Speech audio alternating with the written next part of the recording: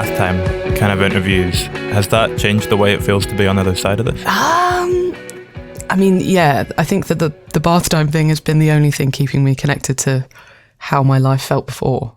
I don't know really if I would have been able to tell that time was passing if I didn't have something to do on Wednesdays. It was I felt like 100 years old. I was like, I get to talk to a person on the internet, on the computer today.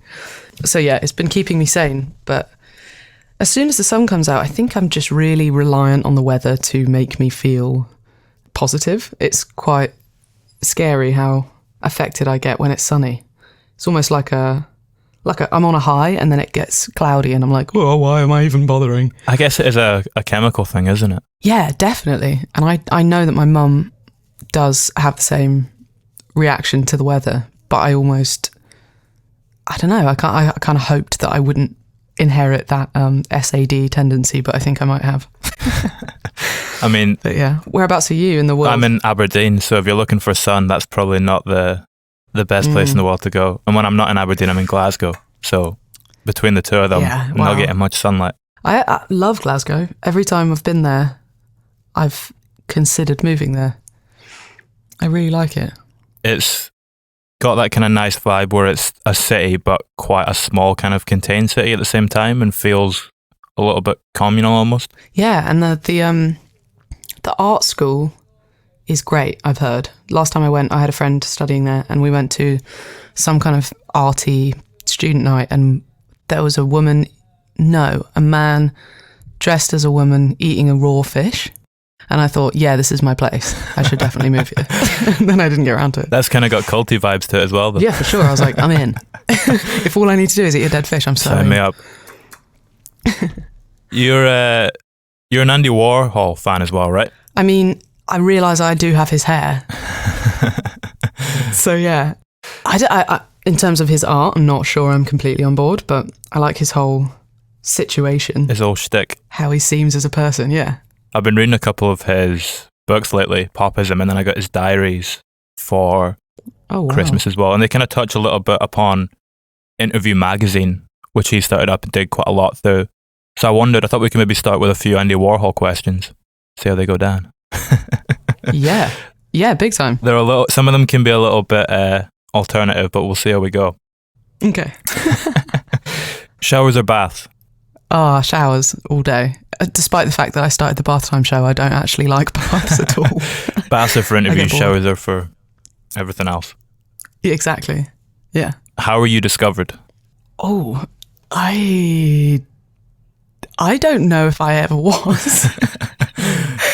And I get that feeling because every time there's an article written about me or a review, it always says that I'm emerging like some kind of bear from a cave. But maybe I think I put a song on SoundCloud when I was 15 or 16, and one of my favourite artists in Bristol found it. And I didn't live in Bristol at the time, but he said, you should definitely come to Bristol and play some shows. So I started kind of getting known in, I hate the word organic, but I'm going to have to use it in quite an organic way. I was doing shows like once a month in Bristol and doing my exams. So yeah, I guess SoundCloud and gigs. Quite a natural progression. Yeah. And I liked it that way because it didn't make me feel like I had to be, I don't know, I didn't have to grow up really fast or decide what I wanted to be really fast. It was like just kind of a monthly dip in the pool and then making an album in the same kind of way, really slowly and whenever I kind of felt like it. So, yeah. Are you always thinking? Yes. And I was listening to a podcast the other day about a woman who doesn't have an internal monologue. She doesn't introspect ever. And I found it baffling. Huh. And also I was a bit jealous because I feel like if I'm in the shop, I'm like, I wonder what the woman behind the desk wants to do. Maybe she does want to do this. Should I ask her? Would that be a rude question? That kind of just incessant muttering in my brain. And I'd quite like to be able to switch that off, but it's also helpful, I guess. I think it's better to have it on all the time than off all the time, though. A little bit, probably. Yeah, I think I'd be more lonely without that voice. You couldn't be a songwriter without it. No, all my songs would be really observational in a boring way. Like there was a, this was this and that was that. Almost like Hemingway without the emotion. Like the hill was high and the man was strong and the day was light, but he was feeling dark. That kind of thing. How many hotels have you been kicked out of? 0. And I want to keep it that way. I don't think it's cool to ruin stuff that isn't yours. I was kicked out of an Airbnb once, but only because I didn't realise I hadn't booked the amount of time that I was staying in it for. And they came home and they were like, why are you still here? You need to leave. I was like, okay, sorry. That wasn't the one in Berlin, was it? No, that one I wish I could have stayed in forever. It was so great. What's the craziest thing a fan's ever sent you? We'll do one more after this. I got a parcel of paintings one time, and one of them was of a banana, standard. One of them was, I'm assuming, a self-portrait of him. And the last one was a really delicate nude that looked like me. And I had to just say thank you and not address the fact that I think he might have been drawing me naked from his imagination. Was there a note? Strange. Was there anything to kind of contextualise this? No, okay. Not at all. He also painted me a tote bag, which I do use all the time. But yeah, no explanation, just a parcel of art, which, yeah. Strange and sweet. What is your greatest fear? Jellyfish and octopuses, octopi. Just because it's so weird? Just it stops me swimming in the sea. I think I could deal with looking down and seeing an octopus below me, but in a real sense, in like an actual genuine sense, probably dying by myself, like in the room by myself. I think that's pretty standard. I took a dark turn. We went from jellyfish to dying alone. I think I just got a coffee down, you know, when you're like really up and then suddenly you're like, oh, I'll drink some more. How many coffees are you on a day? Yeah, today's been a really unhealthy day. I've just eaten sugar today.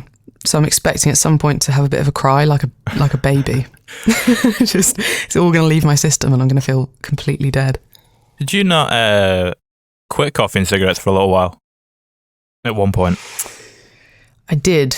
I got a really intense bout of tonsillitis. And I tend to get sick just before a tour. I think it might be psychosomatic in some way. I just get so worried about going on tour and getting sick that I get sick. So yeah, I was about to go on tour and realised I got tonsillitis and stopped drinking coffee and smoking. And I felt amazing. And I was drinking loads of water to replace the habit of cigarettes and coffee. And I felt great. And then I kept it up for like 20 days and then just slipped back into it. I think it's quite easy if you don't still have a reason to not be doing it, just to kind of fall back into that habit. So, yeah. Is this what Laundry and Jet Lag was about?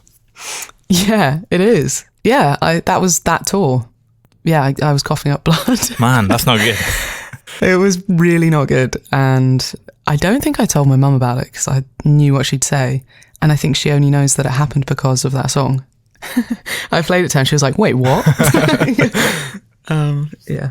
I mean, it kind of highlights the fact that each of these songs on this last record you put out all have a very specific story attached to them. At what point does the kind of subject of a song reveal itself to you in the writing process?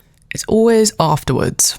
I often will write something and then a couple of months later, the thing that I'm writing about will happen, or it will just occur to me that it's already happened and I didn't process it properly in my head at the time, but the song kind of processed it for me.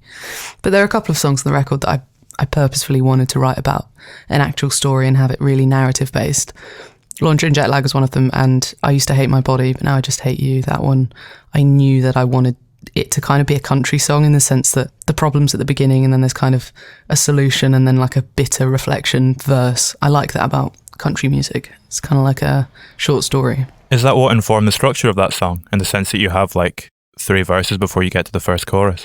Yeah, it's the only time when I've sat down to write a song and kind of found it so easy to write the lyrics that I can choose what the lyrics are about, if that makes sense. Like often I'll start writing something and there'll be no real conscious decision how to put it together, because it will kind of just come out and I kind of have to just follow how it's happening.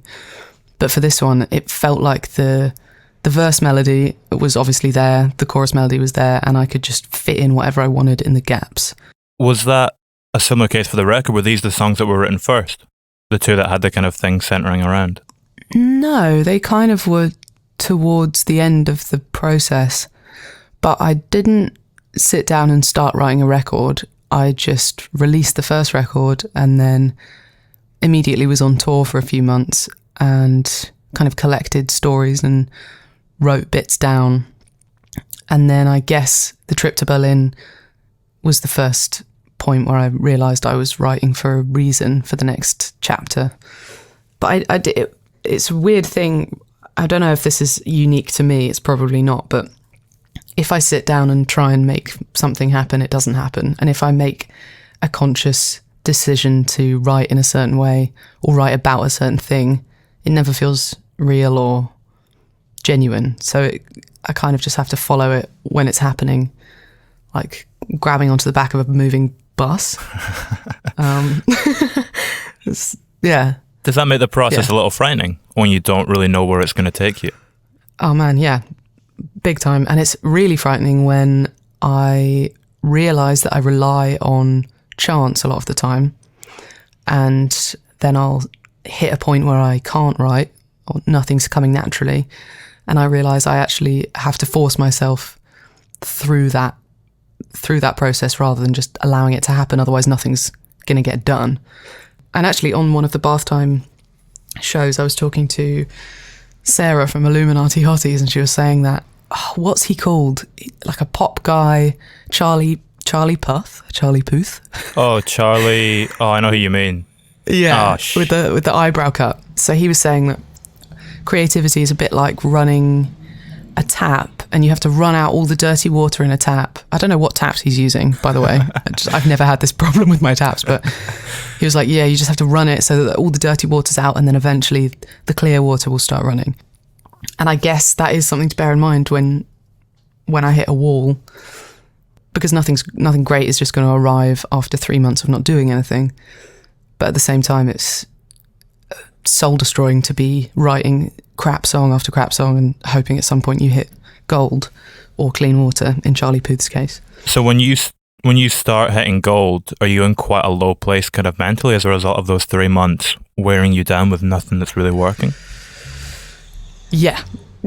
I've had a really hard time this last year with writing, and I think it's almost 100% to do with the heavy feeling in the entire world and the fact that there's nothing outside my life, outside my immediate kind of existing life, to be drawing inspiration from. But 2 nights ago, I sat down to write in the way that I started to write. So when I was like 15, I would have nothing else to do other than sit in the back garden and play guitar and do that for like 4 hours without any distraction, without listening to songs to inspire me or reading anything or going on my phone or anything. And I got a full song out of it in an evening, and I felt amazing.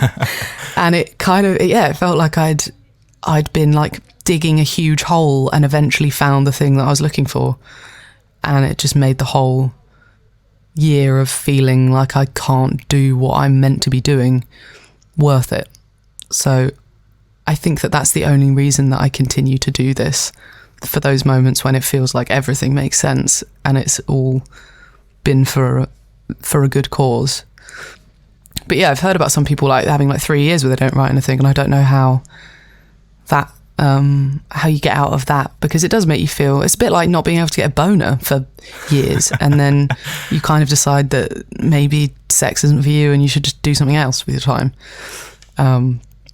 Saying this from the perspective of someone who's never had that problem, also, like, stay in your lane. But yeah, it can be soul destroying. I was speaking to Ed Nash from Bombay Bicycle Club a few months back, and I think he said he almost went 2 years without writing a good song, but he was still going in every day to write into his little workspace. Wow. I wonder what was coming out in that time. Like, it's like limericks. I mean, what do you do with the dirty water for to kind of continue with that metaphor, the stuff that isn't worth using, what happens to that? I never really pursue a song if I don't feel like it's going to be a good one, but I don't throw away the workings, like the sketches. So I have a folder in my computer of just little bits of songs that I gave up on, and then I can repurpose them if I have a song that's going well but it's missing a chorus or the middle eight doesn't feel right or whatever. I can just kind of go to that folder of songs I gave up on and use the bits in different tracks. Yeah, it's kind of collage in a way. At what point does something distinguish itself as a chorus or a verse or a bridge or a middle eight? Is that to do with the melody, or what point is it a collection of lyrics kind of take that shape and that structure? I am mainly driven by melody, and that's the thing I gravitate towards when I listen to music. Gravitate towards, melody and a voice. So in terms of lyrics, I mean, those are the most changeable thing to me. If I have a really decent melody, but the lyrics seem wrong, lyrics come really easily to me, so I can just change those. It's not hugely important. So yeah, if I'm missing a chorus, I'll go through and listen to purely the melody and try and match that in. And I think, I started writing music on piano, just instrumental piano music. And I realised recently that I feel like I look at songwriting a bit like playing piano, where my left hand is the guitar, kind of like the bass notes, and my voice is the right hand. So after I realised that that's the way that I approach songwriting, now I have a piano in my house, so I can kind of play whatever I have through instrumentally on a piano, and it helps me inform my vocal melody. And then, words are the easy bit. When did you get the piano? A few months back, or? Yeah, middle of lockdown. Were you able to write on it straight away? Did it kind of change the process quickly, or did it take a little bit of time to get accustomed to? It kind of came back. I mean, the way I was taught wasn't, here's some sheet music, learn how to play it. My piano teacher was very cool and very laid back and encouraged me to play things by ear. So, yeah, it's always felt like the most natural instrument for me. And something I can just noodle on. It's not like guitar. I find it more difficult to just, for lack of a better word, jam on a guitar. I don't have the technical knowledge, and I never had lessons. It was kind of just a tool for me to be able to sing on stage without having to take a keyboard around and sit down. So yeah, it kind of just it happened pretty quickly. When you sit down at the piano and just kind of have a play about, are there certain things that you feel yourself drawn to repeatedly? Like in a natural kind of way, just when you sit down and start playing, your hands fall in a certain place, or is it different every time? I am realising that the most instinctive way that I play piano is the kind of music that's played after somebody loses a loved one in like a daytime TV drama. That's my kind of piano go-to, which is so different from guitar, because on guitar I'll just like go for like E major in 3/4. That's my guitar go-to. So yeah, really kind of sad, melancholy, I might have a terminal illness kind of vibe on piano. Yeah. Why do you think that is? And how does that kind of infuse what you're writing on it? Maybe because the music I listen to piano-wise, I have a playlist on Spotify that I put on that's purely piano music, and I use it for writing to or reading to. So it's purely kind of background music, nothing that's surprising in its structure or its dynamic, like quite flat, predictable, beautiful, melodic stuff. So I guess if I'm ingesting that, that's what's going to come out. Yeah, kind of more background stuff than anything that's trying to make a point. Do you always kind of need music on? Like what you're saying, that you'll sit down and draw or read or whatever and have the piano stuff going. Do you kind of always need something going on in the background? If I'm writing something, for example, if I've had an argument with somebody or I really need to process something important, I tend to do that without any... Oh, sorry, someone just left my house loudly. I tend to do important stuff in silence. But generally speaking, I think it helps to have a reminder of time passing. And to me, that's important when I'm making something, because it keeps me connected to the world that I'm in, rather than going off on a weird mental tangent and then looking back and being like, well, that's completely useless to me because I was just kind of in a strange world that was disconnected from my actual life. So yeah, it helps to have something to kind of ground me. What's your perception of time like in the studio? To be honest, I hate being in the studio. I've never liked it. I think because of the idea of coming out of it with like something permanent. I have a huge problem with committing to stuff generally, and studios can be inspiring, but they can also instill in you a sense of panic because money's being spent, people are spending their time to help you do your thing, and if you don't exactly know what you want to do, which is often the case for me, it can be really stressful. Having said that, I went to Chicago to track this last album, and there were a few days when we started doing something at like 9 a.m. and by 5 it felt like it was 12 because it had just all gone so quickly and smoothly. But most of the time I don't know, because I go out for cigarettes a lot, I'm pretty much aware of how quickly time's passing normally, because it's like every hour I'll go for a fag, so it's kind of, I know where I am in the day. But I would love to find a studio space that feels like a completely different world unto itself and feels inspiring rather than pressureful. But I haven't found that yet. Is that pressure almost increased by traveling to Chicago? Like, there's no safety net there. You can't go back and just, nip back in when it's done if you want to tweak something. For sure. Yeah, and it was, absolutely. And I also felt not at home and quite out of place when I wasn't in the studio. It wasn't like okay, I'll go and decompress in my own space with my stuff and see a friend and talk about the day. It was like, I'm here for 2 months to do a job, and I felt like I was always on the job, even when I wasn't in the studio. And also it was the kind of studio where it opens at a time in the morning and then it shuts. So I couldn't just be there overnight tinkering or just playing guitar or whatever. It was quite, laid out, and I had to fit in within that schedule. Does that tension bleed into what you're making? Yeah, I think it did. I brought the stems back from Chicago and realised I didn't like them. I didn't want to release the record how it sounded when I got it back from Chicago, and it's nothing to do with the producer. The producer was brilliant. I took my friend Joe over, who played bass and guitar. All of that was fine. It just the feeling of the tracks and some of the tempos and most of the vocals I just didn't feel connected to. And as a result, I brought them to my friend Ali Chant, who mixed my first record. And I was like, Ali, I don't feel like these... It was almost like postpartum depression, whatever. Like, I was like, I know I've made this thing and I should love it, but I just don't. And I don't know why. And I want to. And I need you to help me change the things I don't like, and also figure out with me the things I don't like, because this isn't the record I want to release.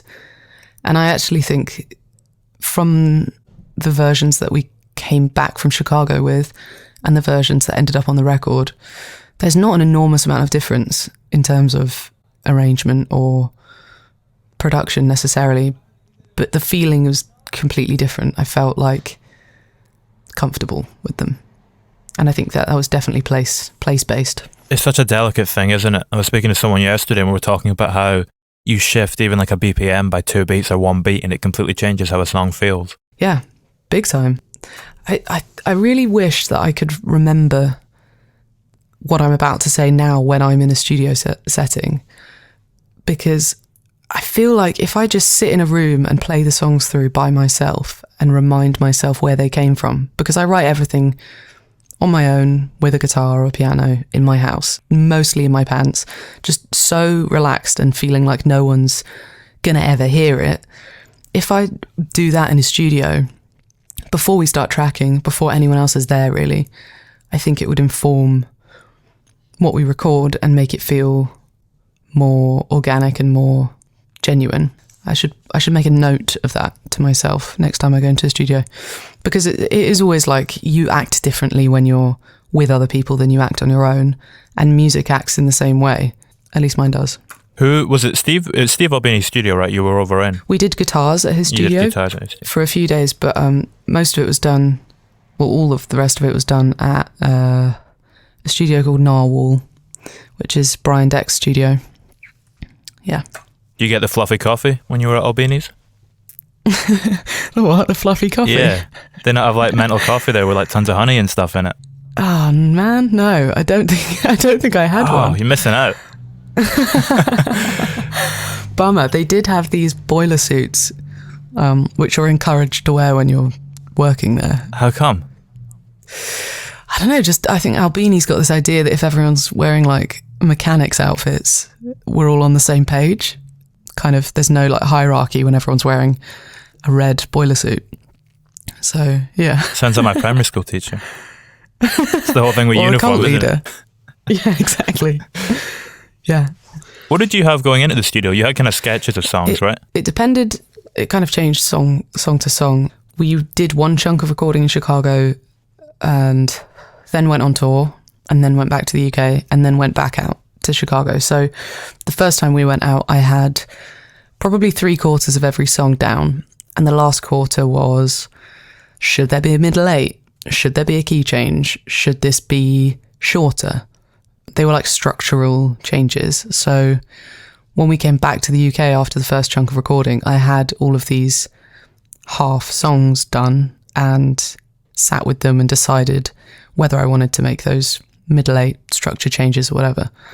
But all the lyrics were there, and I actually started, before I went into the studio, to kind of alleviate that pressure of having just an acoustically written song and then building the production around it.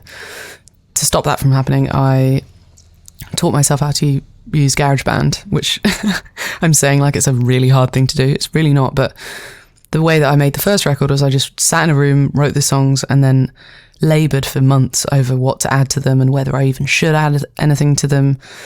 But for this album, I knew I wanted a band record. I just knew I needed time by myself to figure out the parts and not just leave it up to session players to come in and like do their own drum track or whatever. I knew I needed to kind of plan things out. So I had all these GarageBand demos to kind of base the songs off, and I kind of thought that they would all stay quite similar, and some of them did. Like Alapathy is pretty much the exact same as the GarageBand demo, but I Nietzsche changed quite a lot, Solipsism changed a lot, and yeah, the first track on the record actually is my GarageBand demo, so that's quite nice. I feel like a producer. Maybe I am a producer now. Does that mean I'm a producer? I think so, yeah. Go for it, yeah. Sweet. Go for it. Keep it.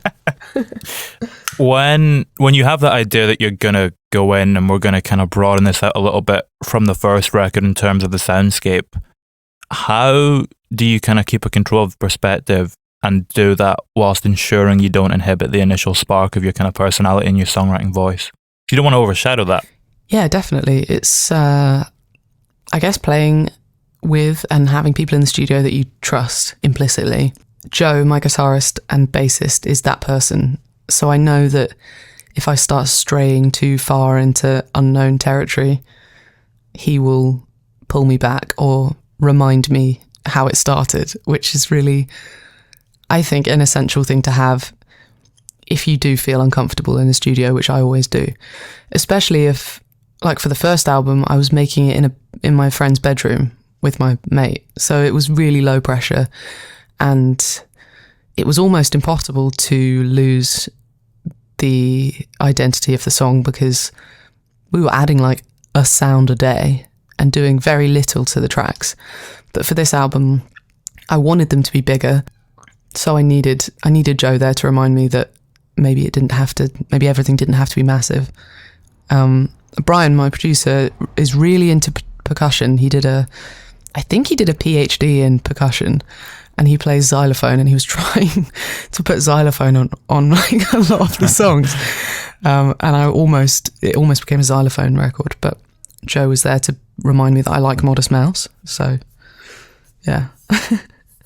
But it is scary. It's like, especially if you're working with people that don't know who you are completely, you can show a side of yourself that isn't the side of yourself that wrote the songs. So I think the person that writes my songs within me is quite sensitive and delicate and thoughtful and emotional. And sometimes the side of me that comes out when I'm around people in a kind of work setting is the opposite of that. I want to not run away from the person that wrote those songs. But it's a constant battle to get back to that person. Which of those two people did you feel more like in Berlin? The first, because I was by myself. And I think as a result, the song Berlin is, to me, the best song I've written. I don't know if people agree with that. I don't really care. But yeah, I felt completely myself because I didn't have any acting to do. And I think that the acting thing is a trait that belongs to outgoing introverts, because I think if you meet me, you don't think I'm introverted, because I do a good job of being social and being outside myself. But I think from a creative standpoint, it's useful to go back to that introversion, because that's where the good stuff is. It's all inside. Deep inside. I guess if we both have, if we have in ourselves a side to us that's an introvert and a side to us that's an extrovert, is the extrovert side what's coming out on the surface level, or when you're going deeper with the songs, is that when you kind of get the introverted stuff? Is that where that kind of shines through most in your life?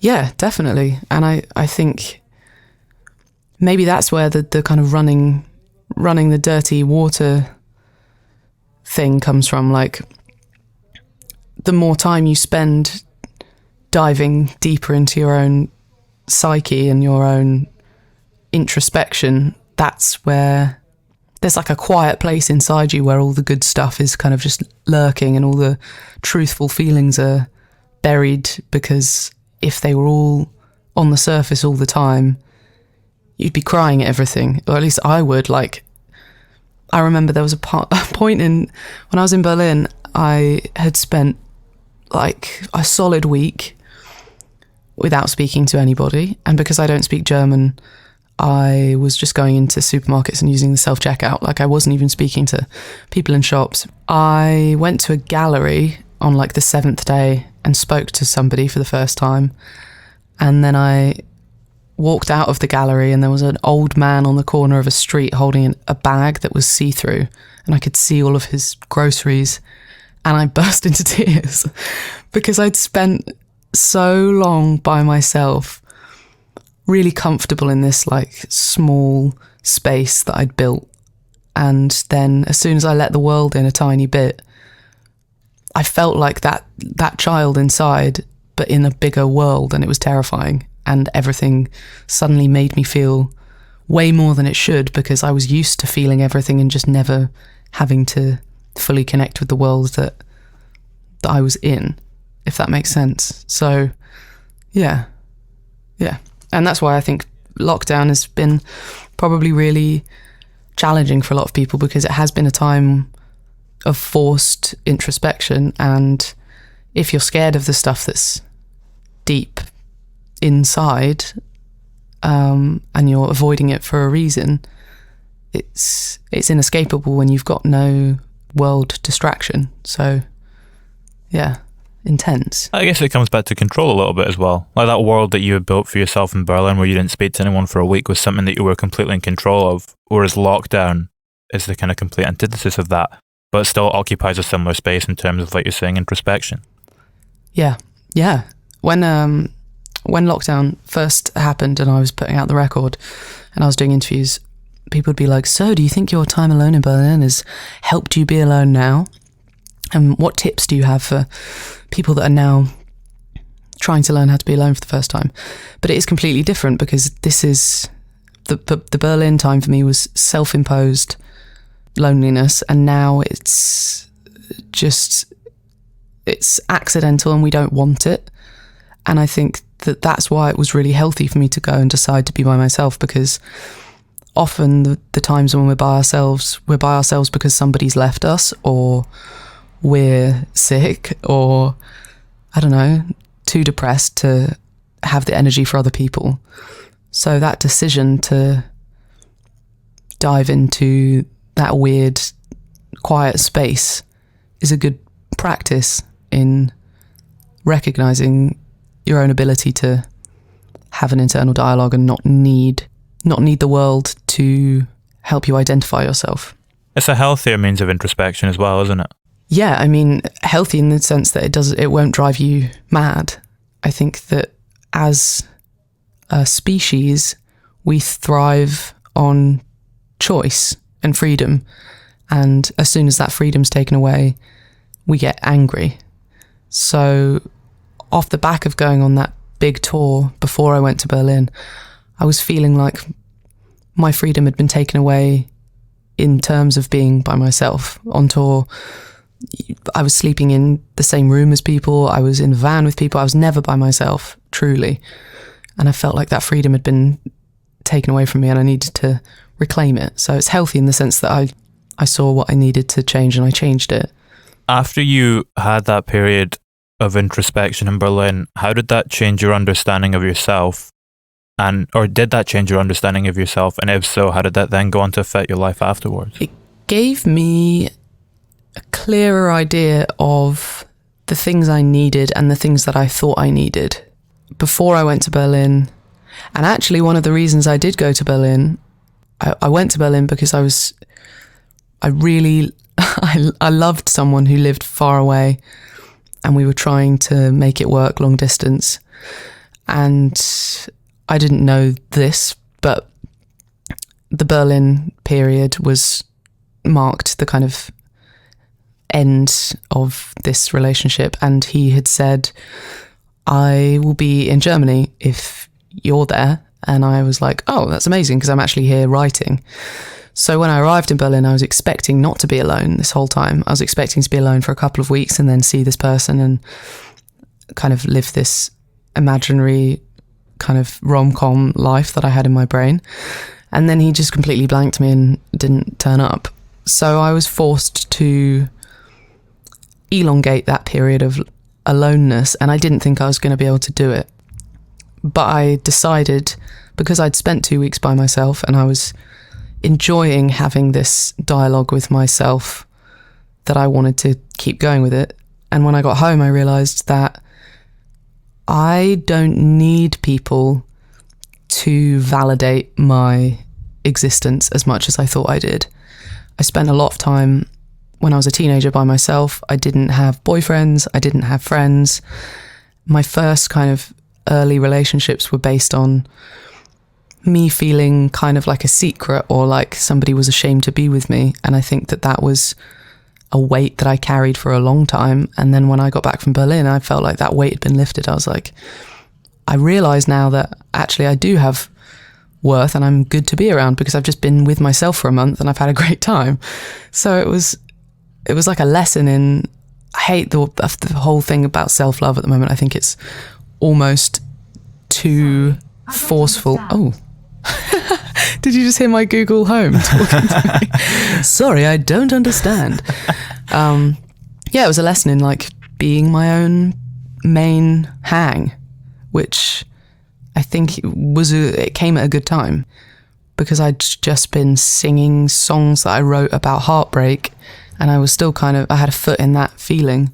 It kind of allowed me to shut the door on that whole period of reliance and seeing myself in the shadow of the person that left me.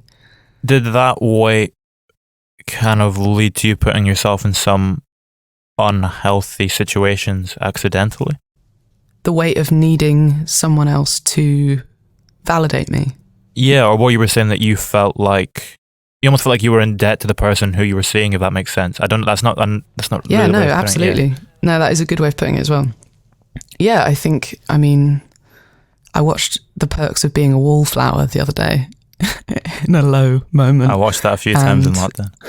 It's actually genuinely fine as a film. But yeah, there's a bit in it where they're like, you accept the love you think you deserve. And I was doing that, and I didn't even think I deserved that. I was taking the bare minimum that people were willing to offer and seeing that as a luxury or like a huge success, because it was better than being by myself, and it was better than being myself, because I thought that being by myself meant that nobody wanted me.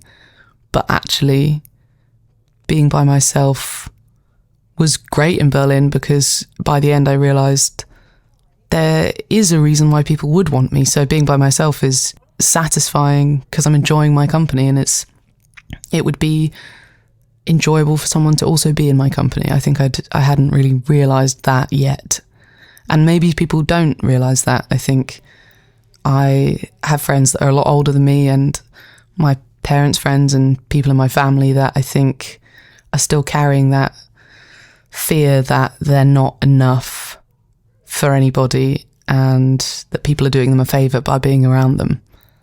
And that's a really insidious feeling and a thought, because it's probably not true. There's probably some real shitbags out there that actually aren't great to be around, and they should be feeling that. But generally speaking, we're not like sheep that need to be in a pack. We're not pack animals. It's nice to realise that being alone doesn't have to be a lonely feeling. It can just be fine. Yeah, it comes. I think you've said this a few times as well before, that if it's a choice to be alone, but it's not a choice to be lonely. And if you make that choice, it's a fine thing. Yeah, yeah. And even sometimes being lonely is fine. Like, I have spent lockdown with a partner, and it got to a point where I was like, this is great, and obviously I love you and I love being around you, but I'm kind of craving that lonely feeling, because I think it brings out a good art in a way. Like, I know that there's a temptation for musicians or artists to kind of fetishize pain to a degree and be like, I can't make good stuff if I'm not hurting. And I don't agree with that for myself, but I do think being alone sometimes does breed loneliness, and loneliness leads you to realize good stuff or make good stuff or appreciate stuff that you have not appreciated while you've had someone to share it with. So I absolutely don't think loneliness is always a bad thing. And I really, really, really don't think aloneness is a bad thing. It's necessary. It is necessary. It's necessary for me. I don't know if it's necessary for everyone. I don't know if I could make that claim. But do you think, you were saying that some people who are like your parents' age that still have that feeling that or it seems like they maybe still have that feeling that they're maybe not good enough for people. Is that because maybe it's not loneliness isn't necessary for them, and it's too much of a struggle for them to be alone, and that's why they still carry that? Yeah, I mean, specifically the person I'm thinking of now, they are probably one of those, a person similar to the person I mentioned on the podcast that has no introspection. Like, maybe they don't have a particularly rich internal life, and therefore being alone for them is boring, and there's no stimulation because they can't provide that stimulation for themselves. I'm the polar opposite of that. If I'm by myself, I'm making stories about everything I'm seeing to a maddening degree. But yeah, I think some people just aren't wired in the same way where they can find interesting things to mention to themselves within their own head. Have you always had that? Were you like a storyteller before you were a songwriter? Yeah, I've never really kept a diary, which is sad, but I wrote books when I was a kid. I didn't have a TV growing up, which I think gave me a lot of time and gave me I had a hunger to know, like, hear stories and be entertained by stories, but I didn't have them just beamed to me by a TV. So I wrote books, I wrote poems, I painted. I was almost like, to a pretentious degree, a creative child. And apparently I used to stand on tables and go, "This is my show," and take my clothes off as well. So I was either going to become like an author, a musician, or a stripper. And maybe there's still time. But yeah, I think I've always made stories about other people's lives as well. And I realise my mum does the same thing. Like if we're in the car together and we see a strange couple, we'll be like, "Do you reckon he's just come out of prison and she's maybe, I don't know, struggling with losing a loved one, and that's why they're holding each other that tightly, and like maybe he's a fireman and he's like doesn't have eyebrows because he just rescued some child from a mansion." Like this constant like making little fun lies about stuff that really doesn't need to be thought about that much. I think that is ingrained in me, and my dad doesn't do the same thing. And sometimes I'll see my mum and dad together and he'll be looking tired, and I know it's because my mum's just been like, "What about this? Do you think this is this? Blah, blah, blah, blah. Do you think she's doing that?" Yeah, it's always been there. And yeah, it keeps me occupied. I imagine it makes you a better person as well, because would it not like breed empathy if you were able to relate to everyone in that way and make them a real person and not just have them be like an object that you're passing by in the street? Yeah, I hope so. But I also think maybe because sometimes I'll make like negative stories about people. Like, for example, my boyfriend has this too, where he'll be at work and he'll look at his co-worker and be like, "Imagine if Bob just walked up to me right now and said, 'Fuck you.'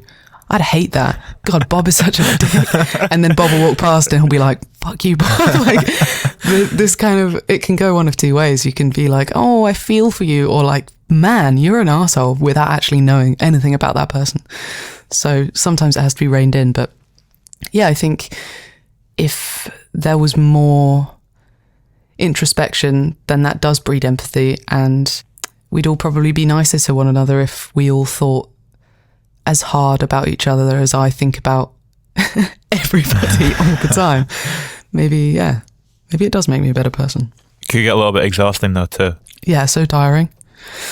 I've stopped writing down my dreams as well, because there's no point, because it's all just, it's all happening all the time. Are you a big dreamer? I have vivid dreams always, especially when I've been absorbing a lot of stuff that day, obviously. Like, if I don't really watch movies that often, but if I do watch a movie, it's normally something recommended to me by one particular friend who will feed me the most intense kind of cerebral headfuck films, and I'll have incredibly stressful dreams after that. And I started smoking weed because I didn't want to dream as much, and I heard that it stops you dreaming. So it's almost like smoking to switch off my brain, which is not the normal reason why people do it, I think. But does that work?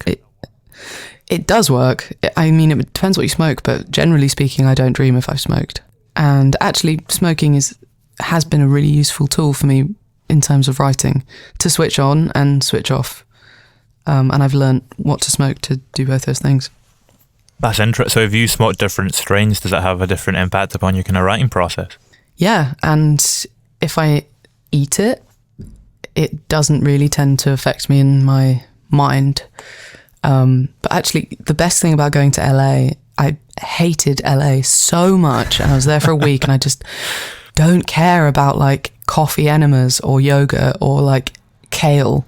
But the great thing about LA was they have a shop called MedMen, where it's like the Apple store of weed, and you can go in and be like, "I want to have a 3-hour writing session and I don't want to feel sleepy or paranoid. What can you recommend?" And they'll kind of tailor your strain to what you want to feel, which is such a good way of looking at weed. It's so much better than here, where it's like you just buy a 10 bag from some sketchy dude in a hoodie and it might be asbestos. It's more of a risk here. Can you see it changing? Can I see it changing? Not with under the this Tories, government. I suppose, Yeah, not at all. I've been watching this incredible French show called Family Business, and the premise of it is, in France, there's just about to be a law passed that legalizes the growing and selling of weed, and this family get wind of this new law and go into the weed business. It's really good. I recommend it highly. But yeah, it would just be an absolute dream, because you'd finally know what you were smoking. Imagine if tobacco was illegal and you didn't know what you were smoking tobacco wise, or even like milk or whatever. Like, it's just such a scary thing to be taking something into your body and you have no idea where it's come from. It's an interesting thing. Like, I remember hearing the way that we kind of structure it in this country is so bizarre, because things tend to be legalized rather, based on their impact to other people. Like, if you take a certain substance and it's going to make you go crazy and you might hurt someone else, that's why it's illegal, not because of the effect it has on your body. And if you compare the effect that weed and alcohol have on each other, or would have on other people, the effect that you get from alcohol in terms of social disturbance is so many more times what you would get from smoking weed. Yeah, 100%. 100%. This is probably too stonery, and like, I'm proving the point that I'm going against the point I'm trying to prove by saying it, but like, I genuinely believe that it's still illegal because it has the ability to free your mind. Like, it lets you think in a completely different way. And I don't know what came first, the idea of potheads as being anarchists or whatever. Like, what came first, like anti-government people or people smoking weed, and like which one breeds the other? But I don't know, like, the most radical feelings I've had about myself and the things around me have come from not being in my sober, boxed in brain. So I don't know, this is all going a bit to making me look like a nutter. Let's not even get started on psychedelics. Yeah. Oh God. Yeah. Yeah. To come back to what you were saying a little, maybe 10 minutes ago or so, about what you'll do when you see someone else and you might come up with a story for them. On the record, you have Elliot, which is written about some other people's experiences. Obviously, you're still relating it to yourself, but written about some other people's stories. Is that a different thing for you in terms of the way you approach it when you're trying to incorporate someone else's story into a song? That one was a strange one. That I wrote that song after a lot of people think it's about Elliot Smith. It's not. He's the man. He's the dude. But I would never write a song about someone that high up in the hierarchy. Yeah. I think that would be scary territory. But yeah, I wrote that after going to a hardware store run by a guy who used to be in a really big band. And he was talking to me about kind of getting really deep into bad drugs and a bad crowd, and realizing that in order to be happy and stay alive, he needed to leave that world and kind of strike out by himself and forge a completely different path. And I was thinking about that a lot, and then thinking about kind of inherited pain from my dad and from my mum and from my extended family, and the fact that I think I feel a lot of things, I feel a lot of the fears I feel, not because of my experiences, but because of the experiences of the people that raised me. So as much as that song is about my dad and that guy Elliot in the hardware store, it's almost through a selfish lens of like, how do these people's things relate to my things? It's like kind of like I'm parasitically thinking about my own stuff through their stuff, kind of vicariously living through them. But it's kind of scary writing about other people, because I didn't, as much as I write about relationships and people that have hurt me, it doesn't really matter what they think about that. Like, they've come and they've gone, and I'm kind of, through their absence, given the permission to say whatever I want about them. But with my dad and this dude, they haven't done anything bad to me, so there's a kind of abstract pressure to keep it above the belt. Like, don't ruin someone else's story by telling it in the wrong way. So that's kind of, it's freeing, but it's scary. Yeah, it's delicate, like we were saying earlier as well. Yeah, big time. And I feel so satisfied by that song, and it's made me start writing more songs about things that aren't necessarily completely related to me, because as much as I can get a good story out of my own stuff because I know every side of it, it's also quite hard to tell a story from your own life because you can see every side of it. Do you know what I mean? It's like almost easier to, not easier, but like using a different muscle to translate someone else's shit in words that feel close to yourself. Does it almost enable you to appreciate your own art? Yeah, I think I'm an absolute genius when I write about other people. Pat on the back. No, yeah, I think it's almost like if I'm writing about a feeling I have, it's like tracing. But if I'm writing about someone else's stuff, it's like freehand. It's almost like drawing from a photo or drawing from life. The photo being my own stuff because it's so close to me that nothing I do can be wrong. And it's easy because it's right there and it's really accessible. But writing about someone else's stuff, it's more fuzzy and therefore more satisfying when you kind of feel like you've drawn a picture that's accurate and also emotional, and people can connect with it and you can connect with it yourself. I like that analogy, the tracing and the free form. I guess as well, if you're writing about your own story, there can be a lot of negative emotions wrapped up in that, no matter how good a song you write from it. Like if you're writing about that Nietzsche fella, you're still going to have negative emotions associated with that, no matter how good the song is. Yes. Yeah, big time. I have a very low version, I think, of PTSD when I sing songs or hear songs from the first record and even some of the ones from the second record. Hence why I didn't want to I released 2 songs as singles before I put this second album out, because I didn't want them on the album. I didn't want the person that they were about to have anything to do with this record, because they make me feel so crap still. And I can't fully love those songs because they're about a time that I really hate and I really want to forget. And I almost kick myself for writing about that time because it's just a constant reminder of that feeling of being with the wrong person in the wrong place at the wrong time. You get that feeling in the songs too. There's a little bit more anger about them to a certain degree.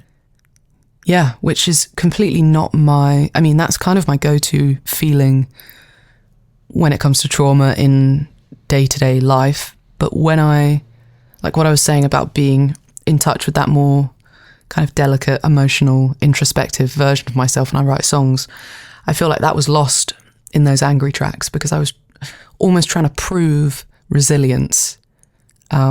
Whereas I think actually quiet songs and speaking at a normal volume can have more weight and strength than shouting about it.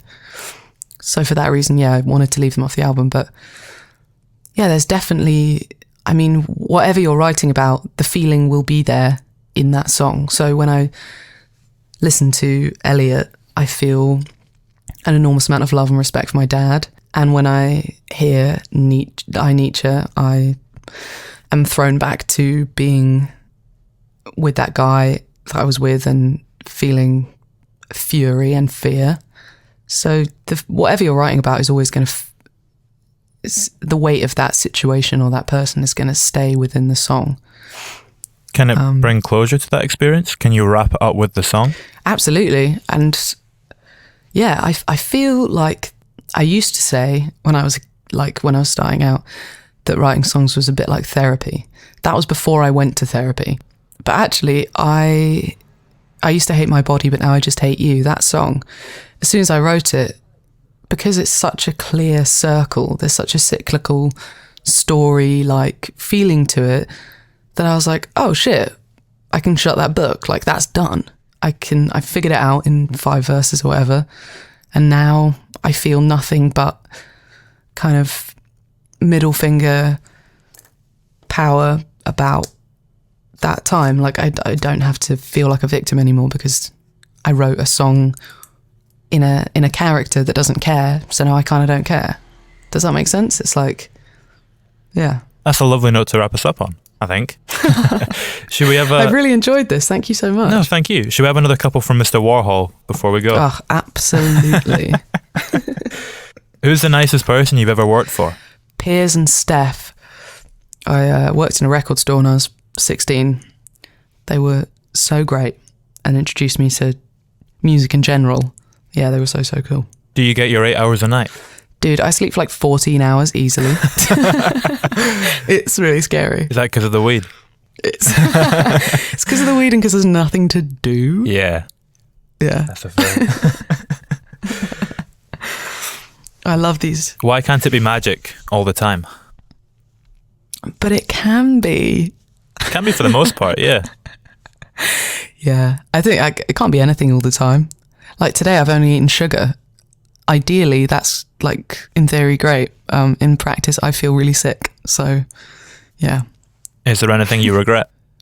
Not carrying on with piano lessons. That worked itself out though. Yeah, I mean, it all worked out in the end, didn't it?